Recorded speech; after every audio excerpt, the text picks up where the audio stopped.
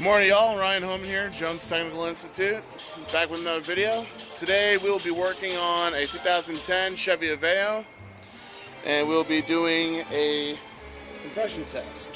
So first thing we're going to want to do is we want to remove the source of power to our fuel pump system so that we're not sending raw fuel into our engine.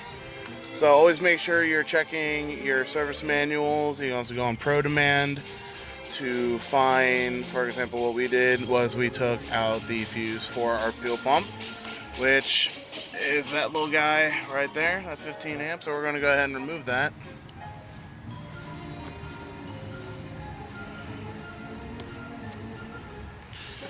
Always make sure you keep track on where your fuses are at all times and you don't lose them. That way it's less parts that you have to keep searching for and your manager doesn't get pissed off at you. So after we've taken off that plastic cover, we're going to go ahead and remove the coil pack here.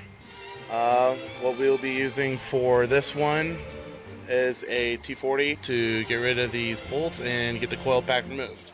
So now that we got the coil packs removed, as you can see there, we still got our spark plugs in. So we're going to have to go ahead and remove those before we can continue on with our compression test.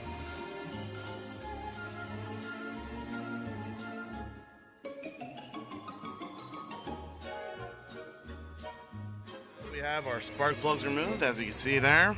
We're going to go ahead and get our compression gauge here hooked up.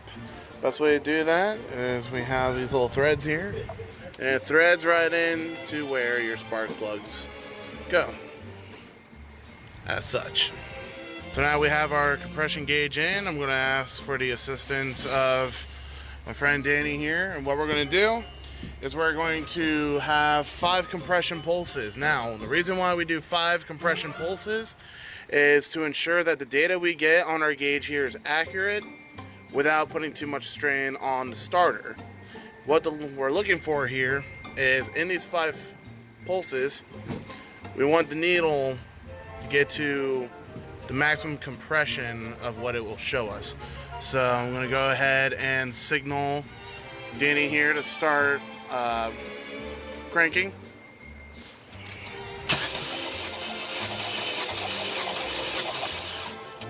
So what we're looking at right now is 160 psi. So some key things to remember. You always want to make sure you have your battery either fully charged or on a charger. That way, you have consistent data because you're at nominal power. You're going to repeat what you saw here in this video for the other 3 remaining cylinders if you're working on a 4-cylinder engine, and then you will compare the data that you get from your compression with compression spec that you can find on Pro Demand.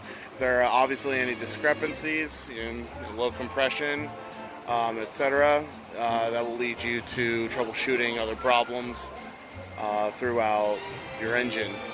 That's all we have for you today. Hope you have a great day. Hopefully you learned something. Ryan signing out.